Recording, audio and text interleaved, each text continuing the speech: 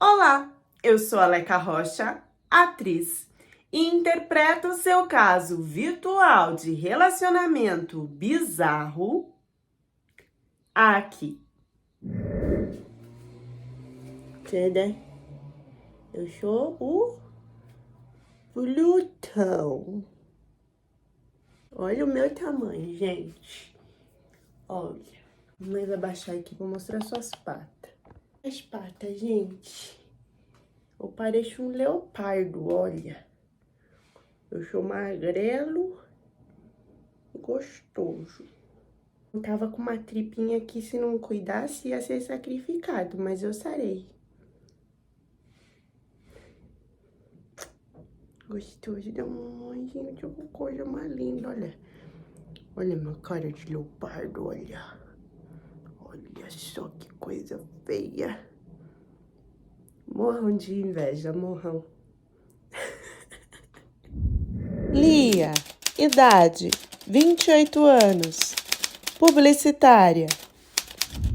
Eu tava numa fase de curtição, assim, sabe? A doida, quando você quer tacar lá, apertar o botãozinho do fogo e curtir a vida adoidado, sem pensar que a gente faz um monte de porcaria e depois se arrepende e fica se achando empoderada e autossuficiente. Por causa de merdas que você teve que passar, você vai criando camadas como se você fosse forte, mas lá no fundo você tá super sensível, enfraquecida, querendo o abraço da família, querendo um companheiro, mas você fica, não, porque tá tudo bem, porque eu vou conseguir, porque eu sou mais forte que isso. Eu tava nessa fase da vida. Por quê? Eu tinha acabado de passar por um divórcio. E não tinha sido nada fácil, porque primeiro que foi meu primeiro namorado, a gente construiu tudo junto. Ele fez muita coisa fofa por mim, ele me protegeu, me ajudou nas piores horas. Só que ele me traiu com a minha melhor amiga. Não foi ele que me contou, não fui eu que descobri, foi a minha melhor amiga que fez um arquivo de tudo que ela viveu com ele. E em um momento, sei lá, depois de 2, 3 anos passando por isso, ela disse que tinha que se abrir porque ela não conseguia mais mentir pra mim depois de todo esse tempo. Ela ainda me falou que os dois se amavam e que ele não tinha coragem de se separar de mim. E que ela resolveu mostrar pra tentar manter a minha amizade e o relacionamento dos dois. Loucura é pouco. Então vocês imaginam como que a minha cabeça não tinha ficado. Eu tava tentando ser a fria, que passava o rodo em todo mundo, como se isso resolvesse a minha situação, mas na verdade piorava, porque depois que eu passava o rodo em todo mundo e que eu chegava em casa, eu tava muito mal. Então, o álcool, a balada entrava, a felicidade também, e ia embora. Quando eu chegava na minha casa, que eu me via sozinha, que eu me via com as cenas que eu tive com a minha melhor amiga, que eu tive com o meu marido, e que eu não desconfiei de nada em nenhum momento. Como que eles fizeram tudo isso comigo? Foram se passando o tempo. E eu fui meio que me desfazendo disso. Mas eu continuei nas noites com outras meninas, sempre curtindo de ficar com várias pessoas. Nessa noite em específico, eu tinha ido num sertanejo. E eu acho que era o último lugar para se ter gringo e francês. Mas chegou um grupo lá de 5 gringos. E a gente começou a conversar, ia dançar sertanejo, ia ensinar a palavra em português, e eles falando que amava o Brasil, aquela coisa toda de gringaiada. E aí veio, né, a disputa, porque eram 5 e eu e a minha amiga. Então éramos 2 para 5. Então começou aquela coisa de concorrência entre eles. Eu já tinha metido o olho no que eu queria, que era um magrelinho, bem magrelinho mesmo, os dentes eram aqui meio torto, com o olhinho azul. E aí tinha lá, né, a parte do camarote que a gente não tinha pago, porque era muito caro. Puxaram a gente pro camarote, era balde de bebida pra lá. O que a gente quisesse nesse camarote, eles davam um jeito de buscar. E eles dançavam sertanejo. Tinha contado pra gente que eles tinham feito aula antes pra, tipo, não passar vergonha na balada do Brasil e não sei o quê. E aí ficou uma disputa que cada hora um ficava chamando a outra pra dançar sertanejo. Mas do meio pro fim da balada, eu consegui focar e mostrar que eu queria falar com o Luiz e a minha amiga com um outro dos três lá. Luiz, idade, 30 anos, arquiteto. E a gente conversava. Começou assim, né, a bebida a subir muito, começamos a beijar, a se atracar. Quando a gente percebeu, a gente já tava quase que se esfregando lá no meio da balada. E no fim, eles convidaram a gente para ir para casa deles. Tava eu e a minha amiga, e uma dupla de franceses convidou a gente para ir. Eu olhei para cara da minha amiga olhou para minha cara, a gente falou: bom, 2 contra 2, tudo bem, não é 100% seguro, mas eu acho muito difícil de dar alguma coisa errada. Isso tudo a gente não tava sã, tá, gente? A gente já tava bem doidona mesmo. E a gente foi achando que os franceses tinham alugado um hotel, um Airbnb, os caras já tinham uma idade avançada e tal. A gente pegou o mesmo táxi, fomos pra casa dos franceses, tremendo, rindo, olhando uma pra cara da outra, tipo assim, meu Deus, se acontecer alguma coisa, a culpa é toda nossa. Chegando na casa dos franceses, a gente já começou a tremer na porta, porque a porta era de madeira, era uma coisa bem velha, e era como se fosse uma casa muito grande. A gente não tava entendendo nada, eu tava esperando um hotel, não tava esperando uma casa. Até ler que era um hostel. E era um hostel bem largado, daqueles que abrigam um monte de adolescente. A gente chegou, a escada era de madeira, porque, tipo, tinha um portãozinho para subir para os quartos. E a escada já tava toda deteriorada. Eu tava com medo de pisar e fazer um buraco na escada. E eu e minha amiga rindo, a gente tava com um salto, tipo, agulha do maior, 15, 17, sei lá qual que é o número. E eles falando, venha, bem-vinda ao meu lar. Gente, que lar, eles estavam no hostel. A gente nem sabia, tava com medo de que o hostel fosse aqueles quartos coletivos. Já tava olhando pra minha amiga, tipo assim, dependendo do que for, a gente sai correndo. Mas a gente foi. Chegou lá, os quartos eram separados, mas assim, gente, o chão desse lugar era preto. E eles querendo que a gente tirasse o salto pra entrar, mas era assim, tava, sabe quando tá com água molhado? E aí sabe quando você pisa ou com a sola do sapato suja ou com o pé sujo no chão que tá molhado e fica aquelas marcas que parece meio que lama no chão? Tava daquele jeito antes da gente entrar no quarto dele. Eu não entrei no quarto que era do cara que a minha amiga tava, mas acredito que estivesse igual. Quando eu entrei no quarto do meu francês, era assim. E ali eu percebi que o negócio só ia ser pau e água. O cheiro de chulé que estava nesse quarto, tudo isso, gente, eu não estava equilibrada, eu estava com o álcool lá em cima. Então eu percebi as coisas, mas sabe quando você não liga e vai deixando a coisa aí, porque você já tá mais pra lá de Bagdá do que pra cá? Mesmo com tudo isso, eu ainda tava querendo ir no banheiro pra me arrumar pra ter algum acasalamento com esse francês. O banheiro não era dentro do quarto, era fora porque era um banheiro coletivo. Quando eu saí no corredor, que eu vi que era tipo uma portinha assim do lado da outra, que são os quartos, e gente, o que eu escutava? Parecia que em todo quarto tinha alguma brasileira com gringo. O que eu escutava de brasileira? Oh! Gente, eu não sabia onde eu enfiava a minha cara, mas assim, eu não tava consciente, então eu ficava rindo. Tipo, sabe, quando você tá na marola. Fui no banheiro, o banheiro tava muito nojento, não tinha condições nem de me arrumar e nem de fazer nada.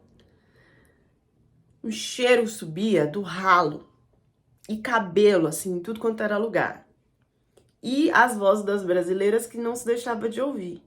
E eu ouvia as vozes dos gringos, que não era só francês, não. Tinha um monte de coisa lá. Quando eu fui pro banheiro, ele já tava na porta pedindo. Foi uma nojeirinha sem igual. Desse jeito a gente se atracou no quarto. Porque primeiro que ele ficava insistindo pra querer lá atrás. E eu falando, não, não, não. E aí não sabia se ele tava muito louco, mas também não sabia onde que era pra fazer.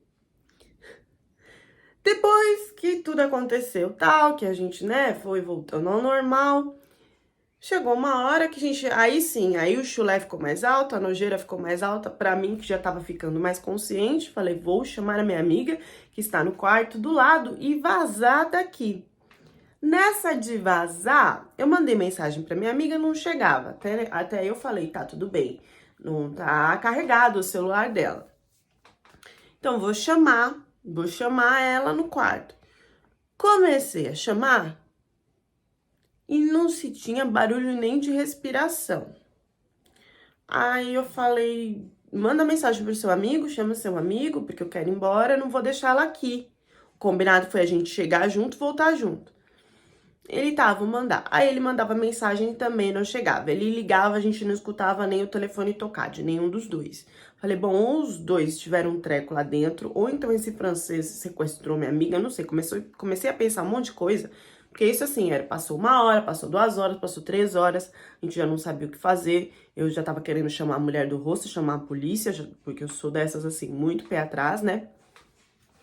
Até que a minha amiga, felizmente, saiu do quarto como se nada tivesse acontecido, falando, nossa, por que você tá assim? Me deixa aqui, não sei o quê. Eu falei, não, não vou deixar, você vai voltar comigo. Graças a Deus não tinha acontecido nada, a gente voltou e essa foi uma das piores aventuras que eu vivi na minha vida. E eu nunca mais, depois disso, bebi tanto a ponto de perder a consciência e ir pra onde eu fui. Segui a minha vida normal, a gente trocou o telefone, mas eu nem respondi a mensagem dele porque achei muito fuleiro, né? Um estrangeiro tá naquele lugar no Brasil. Não respondi, segui minha vida. Minha amiga também seguiu a vida dela, não falou mais com o francês. Depois de 1 mês e meio, mais ou menos, gente, eu comecei a passar mal no meu trabalho.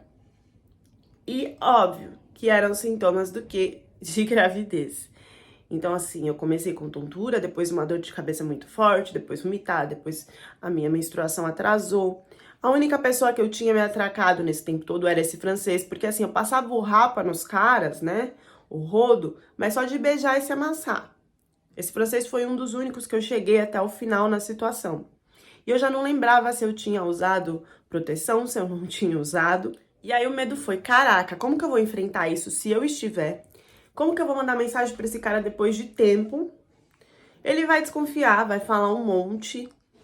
E a minha amiga falou, não, eu acho que você tem que mandar e tem que conversar com ele. E aí eu mandei, conversei com ele, que na verdade eu tava com tanto medo que eu não conseguia nem fazer o teste. E aí começou, né? Não sei se inconsciente ou não, era o peito que inchava, era a barriga que ficava gigante, era o sono que vinha.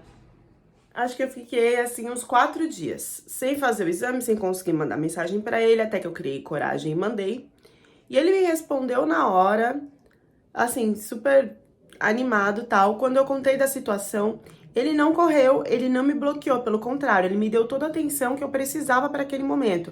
Até falou que se eu quisesse, eu podia fazer o de sangue, que era mais rápido. Ele mandava o dinheiro para qualquer coisa que eu precisasse, se eu faltasse no trabalho, se eu não estivesse bem. E a partir daí ele começou a me mandar mais mensagens e ele até me demonstrou, assim, estar feliz se no caso fosse comprovado mesmo que eu tivesse grávida. Começou a falar, sabe, que ele sempre quis ter um filho pra eu ficar tranquila, que ia dar tudo certo. Ele ficou super motivado e parecia que era um cara que queria ter continuado o contato comigo e que eu cortei por causa da situação que eu não gostei mesmo do jeito que ele tava aqui no Brasil. Não era isso que eu buscava pra minha vida, um cara com essa cabeça voada que ficasse em qualquer lugar, correndo risco, do jeito nojento que tava lá. Então, eu tive todo o apoio dele pra fazer esse tal exame, ele me ligava freneticamente pra saber, e o resultado deu negativo, e aí ele ficou mal. Porque ele disse que desde que ele tinha voltado do Brasil, ele tinha sentado pra pensar na vida dele, e ele queria entrar numa outra fase, que era ter família, que era encontrar alguém, eu não tinha respondido ele, e que agora talvez eu voltando com essa notícia já fosse um sinal do universo. A gente começou a conversar novamente porque, sei lá, eu gostei do jeito que ele agiu. Eu não esperava isso de um homem, muito mais de um estrangeiro. Começou, né, a paquera toda, a falar que ele nunca tinha esquecido de mim, que ele tinha sonhado comigo várias vezes, que eu era a brasileira que ele mais tinha ficado na cabeça de todas que ele tinha pegado, que ele percebeu que eu não era interesseira, que eu aceitei ir pra aquele muquifo. Então eu fui a brasileira que ele mais gostou de conhecer, que ele mais gostou de ficar. Às vezes ele tinha desejo de ter alguma coisa comigo, mas como eu não tinha respondido ele achou que não tinha mais chance nenhuma. Que não me via como uma mulher interesseira. Começou a fazer vários elogios, a perguntar da minha vida, o que eu queria pro futuro, como é que tava tudo. E nisso a gente começou a conversar de novo e entrar numa frequência até bem legal. Eu lembro que eu até falei, nossa, mas o que eu fiz de tão inesquecível nessa noite que você, né, ficou assim, não sei o quê. Ele falou, você lembra que você latiu pra mim? Eu falei, o quê? Eu não lati, não. Ele, não, você latiu. Aí eu falei, bom, eu tava torta, tava trêbada. Ele, nossa, eu achei muito sexy, que não sei o que, você podia fazer de novo. Eu falei, você tá louco? Eu nunca fiz isso na minha vida. Ele, mas eu pedi pra fazer e você fez sim. Olha onde que chegou o papo. Com essa reaproximação toda, ele falou que tava com muita saudade do Brasil, que se eu quisesse ele podia vir me ver. E eu falei, não sei, eu fiquei muito assim, encabulada, do tanto que foi rápido e intenso a nossa reaproximação. E aí ele, tipo, pra quebrar o gelo de tudo que ele tinha falado, ele falou, você podia latir aí de novo pra mim, né? Eu falei, me mandar um áudio latindo, tipo, au! E fiz assim, né, no áudio. Gente, eu fiz zoando, au! Zoando. E aí ele respondeu, cara, era assim mesmo que você fazia, que não sei o quê. Eu sei que a gente começou a rir tanto, rir tanto. E ele falando que isso deixava ele muito animado. Nessa ele começou a falar, você não quer ser minha cachorrinha de novo, não? Que não sei o quê. E tipo, aí a gente começou a falar, né, sobre um papo mais quente. E esse papo quente começou a acontecer também no virtual. Mas assim, a gente já tinha feito ao vivo. Eu lembro que eu ainda não tinha falado se eu queria que ele viesse me ver e tal. Mas aí ele pediu meu endereço pra me mandar presentinhos e eu dei. E nesses presentinhos chegou pra mim uma roupinha de cachorrinha que ele queria que eu colocasse pra ele no vídeo. E aí eu lembro que eu coloquei uma vez e rolou umas coisas assim, umas conversas muito loucas e tal. E aí já com o tempo, em passagem marcada, que aí depois de um tempo eu falei, não, pode vir, né? Pra ele vir ao Brasil, ele comprou, gente, uma coleira. E a coleira tinha o nome dele. Perguntou se eu ia ter coragem de usar. Aí, acho que uns dias antes dele vir, eu apareci, assim, na chamada de vídeo pra ele com a coleira. Aí ele ficou assim, olhando e falou, nossa, você gostou, você colocou. Gente, assim, eu acho que assim, se o cara tem desejos e se você tá aberto à sua saúde mental e você tá equilibrada pra fazer, não tem problema nenhum. Eu não via problema nenhum em nada disso. Pra mim, era só vontades. E como ele me elogiava, me empoderava, tal, também me achava lá com a coleira com o nome dele. Isso era uma coisa íntima, entendeu? Não era pra ninguém ver, ninguém tava sabendo, enfim.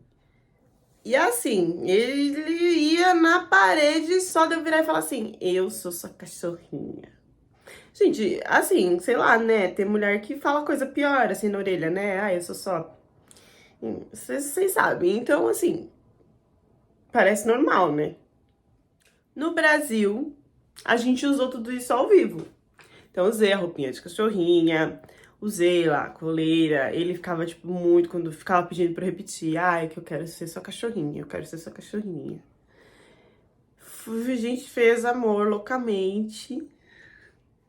Cada dia que a gente ficava, as coisas eram melhores e a gente ria muito junto. E ele falou que não podia mais me deixar, que ele queria que eu fosse pra França pra ficar com ele, namorar, casar, tudo.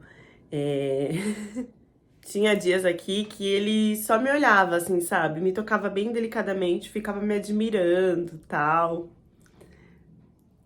E aí teve um dia que eu acordei, ele não tava na casa. Falei, meu Deus, será que ele sumiu? Mas ele logo voltou, assim, com uma cesta de café da manhã linda pra mim. Começou a falar sobre filhos, que ele queria ter filhos, quais nomes dos nossos filhos que a gente podia escolher. e começou a me mostrar os lugares da França que ele queria que eu conhecesse, e como seria viver lá, e com o que eu podia trabalhar, e aonde que eu podia estudar francês, que ele iria me ajudar, e que se não desse certo a gente podia voltar e ficar no Brasil. Já com um tempinho aqui comigo no Brasil, que a gente começou a organizar coisa de viagem, como que seria, quando que seria. A gente foi fazer um love à noite, e aí ele disse que tinha comprado uma coisa pra mim. Gente, eu tinha coleira, ele tinha comprado o fio da coleira que é pra passear. Aí quando ele me... Aí eu fiquei assim, eu falei, você vai me prender em algum lugar? Ele falou, olha, se você for ficar desconfortável, não precisa fazer. Mas assim, na verdade, eu acho que a maioria das mulheres fugiram de mim quando eu faço esse pedido. Porque eu faço esse pedido. Se você aceitar, eu queria passear com você pela casa. Com isso, me dá sensações diferentes. Eu fico louco de amor. E como você chegou até aqui, e eu sei que você é uma mulher diferente, eu vejo que você não é igual às outras e também me atinge sentimentalmente diferente das outras. Eu resolvi tomar coragem e pedir pra você fazer. E se você aceitar, mas você pode negar.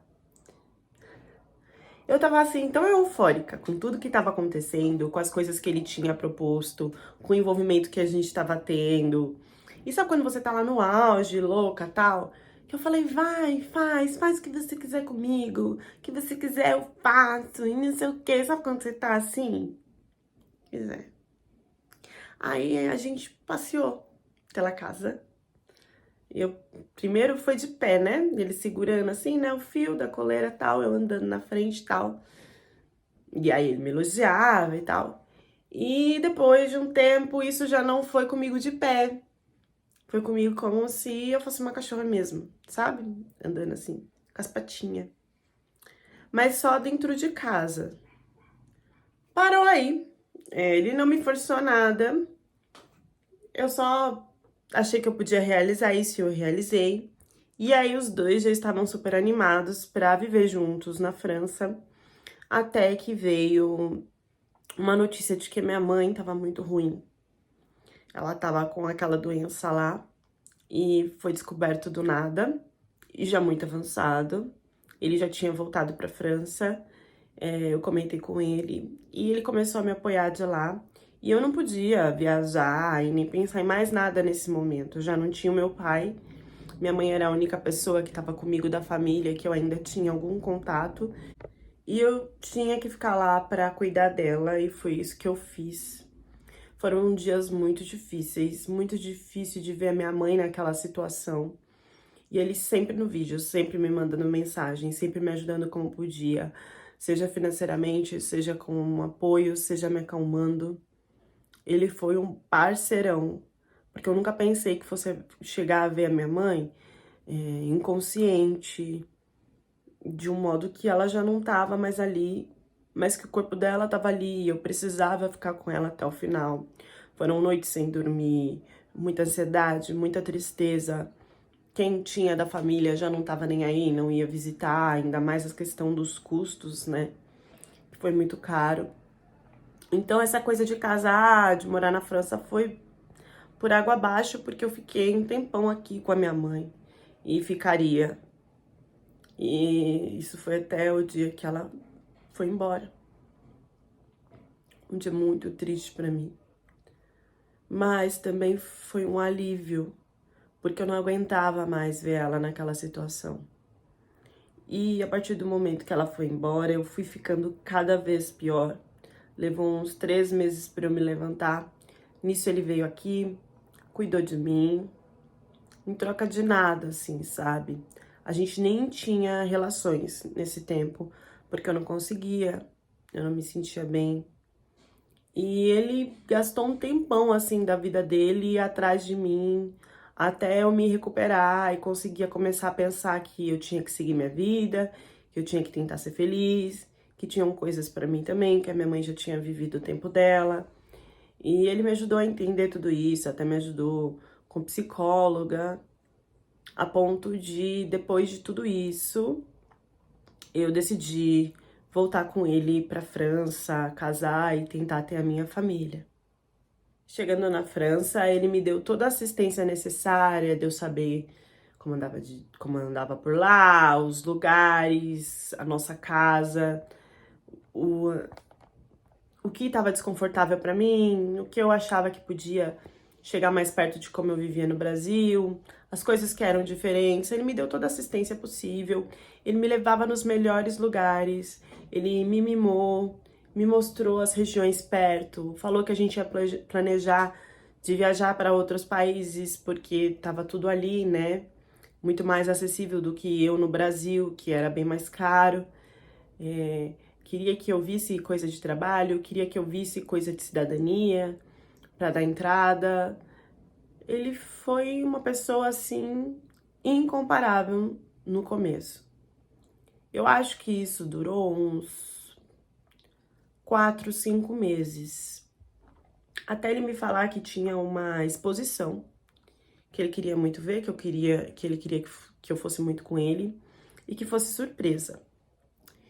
E aí eu me arrumei toda, me preparei para ir numa exposição na França. Ainda tava com essa coisa de, estou na França, mesmo depois desse tempo. E quando eu cheguei nesse lugar, eu já entendi que tinha um clima muito estranho, que alguma coisa estava muito errada. Era uma exposição de gostos peculiares, porque era uma exposição de animais empalhados. E eu já não tinha uma boa impressão de pessoas que faziam isso com animais depois deles morrerem. E eram animais selvagens, só que não parava por aí. Era uma exposição que trazia esses animais desse jeito, e que mostravam eles para o ritual do acasalamento que eles faziam antes de copular, de ter o tcheco-tcheco lá. Então, alguns animais estavam lá endurecidos na posição lá de fazer a coisa, outros na posição de seduzir. E eu não conseguia muito bem entender qual era o objetivo de tudo isso e como isso poderia ser interessante para alguém ver. E ele levou horas admirando, vendo detalhes e como que era, e o que que se fazia antes, se fazia depois. E eu fiquei ali que eu não sabia como reagir, porque eu achei um pouco demais tudo aquilo. Voltando para casa, ele percebeu que eu não tinha gostado e ele ficou um pouco estranho. Esse estranhamento, ele começou a aumentar conforme os dias passavam. O distanciamento e a frieza também. Eu tentei conversar com ele algumas vezes, até que a coisa piorou. Quando, nesse tempo, ele ficava muito quietinho e ficava em um quarto separado da casa, eu comecei a perceber que ele estava assistindo muita coisa. Era tipo aquele Discovery, aqueles canais que falavam sobre animais, sobre a caça, sobre como era. Então, ele ficava vendo muitos vídeos assim, e vidrado mesmo. E teve um dia que, depois que eu percebi que ele estava se distanciando bastante até da gente fazer amor e tal, que ele tava animado, eu peguei ele lá animadão vendo esses vídeos. Gente, os vídeos não tinha nada para que ele pudesse ficar tão animadão assim, porque tava contando a vida do animal. Eu achei que o quê? Que ele tava vendo aqueles vídeos lá, né, de safadeza que tem na internet, e que quando eu entrei pra disfarçar, porque ele achou que eu ia brigar, né, que não tava fazendo comigo e tava vendo na internet, não sei o que, ele mudou pra esses de animal que sempre era o que tava mais perto que ele tava vendo. Eu achei que tinha sido isso. Eu disfarcei, não pressionei ele, não briguei, não falei nada, porque eu via que a gente já tava numa situação que tava muito estranha perto de todo aquele amor, todo aquele envolvimento que a gente tinha no começo. Até que eu resolvi ter uma conversa com ele e falar no que eu podia ajudar, porque que ele tava daquele jeito, porque eu sentia que ele tinha feito muito mais por mim do que eu por ele. e que eu não tava me sentindo bem, tava me sentindo inútil dentro da relação. E aí ele falou que realmente ele sentiu que a nossa relação não tava mais igual e que ele tinha desejos para apimentar, mas ele também tinha vergonha de falar porque ele não sabia se eu ia topar. E a bizarrice começou quando ele trouxe um cachorro para casa, que ele disse que era do vô, sei lá, de alguém da família, que não queria mais e que era para ele cuidar, que era a responsabilidade dele. Eu achei aquilo tudo muito estranho, até porque quando a gente casou só nós dois. Eu conhecia, assim, mãe e pai por vídeo, nunca tinha ido. E ele falou que não tinha uma proximidade muito da família. Aí, como que ele não tinha uma proximidade da família e depois, do nada, um cachorro da família era totalmente obrigação dele? O cachorro trouxe novos pedidos dele na nossa relação. Então, eu já não mais andava, né, só lá com ele segurando a coleira. Ele começou a pedir bizarrices, por exemplo, fotos minha com o cachorro em situações que deixava ele feliz. Se assim vocês podem entender. Nesse tempo eu sempre tive, né, na verdade, a liberdade que eu queria lá no país. Nesse tempo eu já tinha feito algumas amizades lá. E depois que ele pediu, primeiro ele pediu, depois ele exigiu que eu comesse do lado do cachorro, no mesmo potinho, né, do lado. Eu não quis fazer, e aí ele foi bem agressivo, e na hora, no impulso, eu fiz, de comer junto com o cachorro. Depois disso, eu comecei a conversar com as mulheres que eu tinha feito amizade, do que elas achavam, se tinha alguma salvação, porque eu achava que isso ainda tinha alguma salvação. Eu realmente amava muito ele e eu queria resolver. E elas começaram a falar de eu procurar, na verdade, denunciar, e que talvez seria um problema, porque poderiam ficar do lado dele, dependendo de como fosse. Eu teria que ter provas, teria que ter tudo muito explicado do que estava acontecendo. E que teria abrigos, e como eu trabalhava também, eu poderia conseguir alguma coisa que elas me ajudariam. Mas eu ainda não estava na cabeça de que era grave para sair da relação. Eu estava tão envolvida, achando que aquilo tinha sido um desvio, que ele podia cuidar, ou que foi uma coisa muito exagerada, mas que não ia chegar no auge que chegou. E elas me colocaram a par de tudo que eu podia fazer. Como eu era livre ali, tava tranquilo. Só que primeiro eu tentei conversar com ele, de que eu não tinha gostado desse negócio de comer do lado do cachorro, né, no potinho de ração, que isso já era um pouco, ou melhor, que isso já era bastante doido pra mim. E ele virou e falou assim, olha,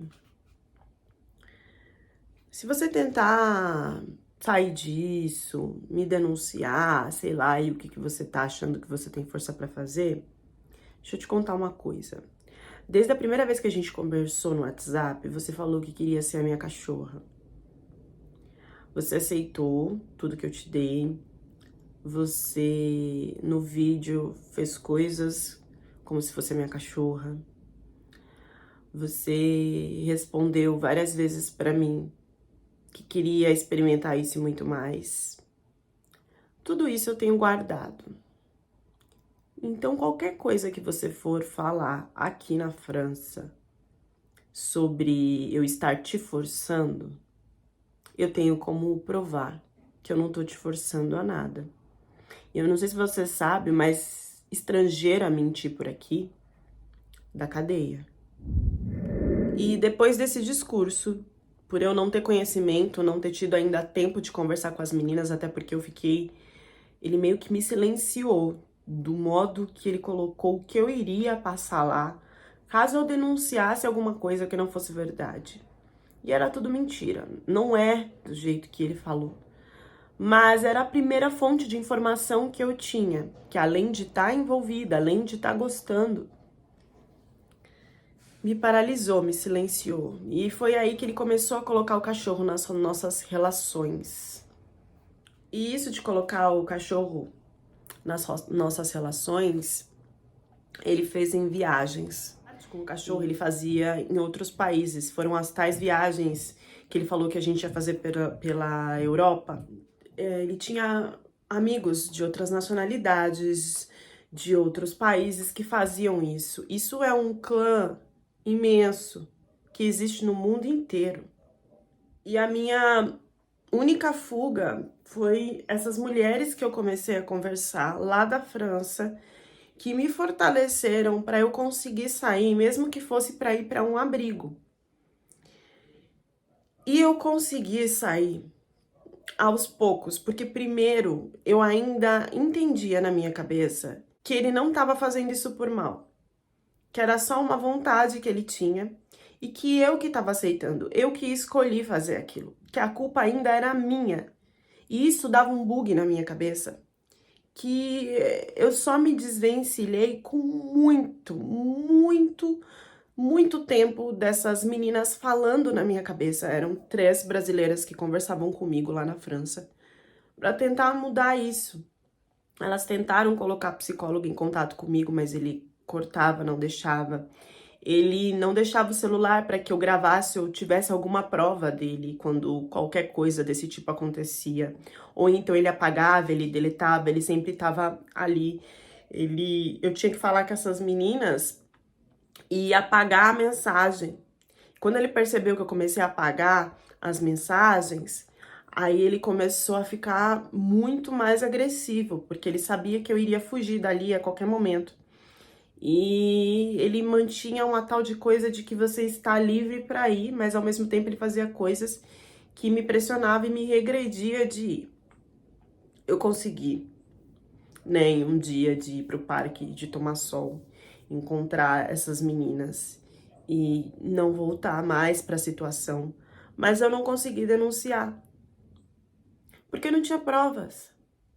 Era a minha palavra contra vídeos dele que no envolvimento, na felicidade, eu falei, eu quero ser sua cachorra. Eu visto sim a roupa de cachorra. Coloca a coleira. Vamos andar. Tudo bem. Pra mim... Pra vocês terem ideia da mente diabólica. Tudo isso que ele criou pra quando eu quisesse fugir da situação, mesmo que eu saísse, eu não tivesse como denunciar, porque eu tinha ali aceitado fazer. Não chegado ao ponto do cachorro, mas aquilo já levava a essa situação. Outra coisa que eu também fiquei em dúvida depois que eu saí é se ele não cobrava, né, para que em outros países se tivesse essa experiência, né? Eu não sei até hoje, porque tudo dele era inacessível para mim. Eu só fiquei nesse país até eu conseguir juntar dinheiro para voltar pro Brasil. Graças a Deus. Hoje eu tô de volta. Minha amiga, né, que tinha ficado com outro francês, ela foi um tempo depois de mim também morar com outro francês, só que eu simplesmente perdi o contato com ela, eu não sei mais o que aconteceu. Ela não tem mais conta no Instagram, ela não tem mais Facebook, ela não tem mais nada. O WhatsApp dela também não chegava mais mensagem. Com tudo isso que começou a acontecer comigo, eu simplesmente perdi total contato com ela. Não sei o que deu, mas assim, eles eram muito amigos. E mesmo assim ele dizia que não tinha mais contato com ele. Eu não sei aonde ela foi parar, eu desejo que ela esteja bem. Eu dou graças a Deus por eu ter conseguido voltar pro meu país, por eu ter conseguido me reconstruir psicologicamente, emocionalmente, por eu ter hoje o meu trabalho de volta, que foi uma coisa também que eu larguei e que eu tava em ascensão pra ir lá pra França viver esses horrores. E o que eu posso dizer, pelo menos da minha parte, esses caras que falam aí, né, dessas coisas com animais, o que eu posso dizer pra vocês é que eu ainda não consigo ver isso como desejo. Me desculpa as pessoas aí que falam que... Tem gente que fala que é normal, né? Mas eu vi a felicidade dele no meu rosto... A felicidade que eu via no rosto dele era de me ver sofrer nessa situação. Ele não tinha prazer pelo que estava acontecendo ali, não. Ele tinha prazer de ver como isso me afetava e como eu ficava mal.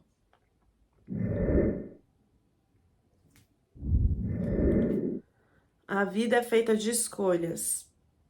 E quando você aceita uma coisa, você tem que estar muito consciente do resultado que vai dar aquilo que você aceitou. Às vezes a gente fala assim, eu sou uma pessoa muito aberta, muito empata. E às vezes é muito difícil pra mim falar não. E às vezes eu falo sim, no impulso. E minutos depois ou segundos depois daquilo que a pessoa me pediu.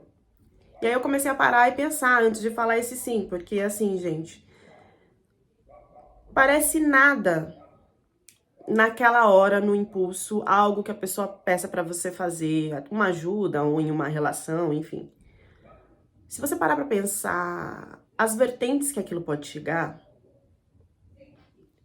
você começa a ver a vida de uma outra forma.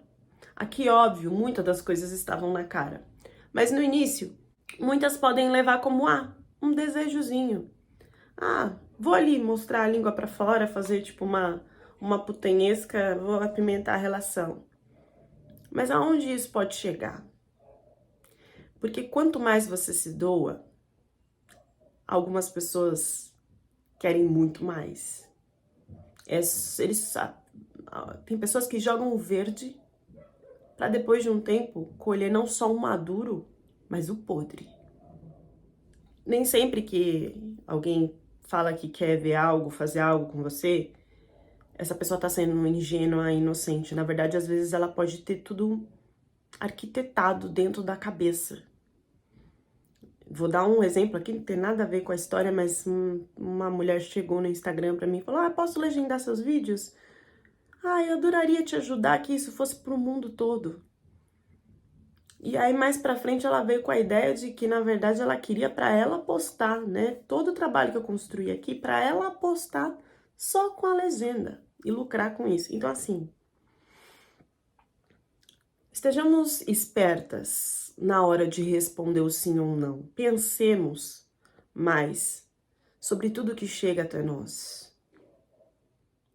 O que você planta hoje, o sim que você dá hoje, é o que você vai colher amanhã. Então, de um simples eu sou sua cachorra, chegou onde chegou. Deixem as reflexões de vocês nos comentários e até a próxima história do canal.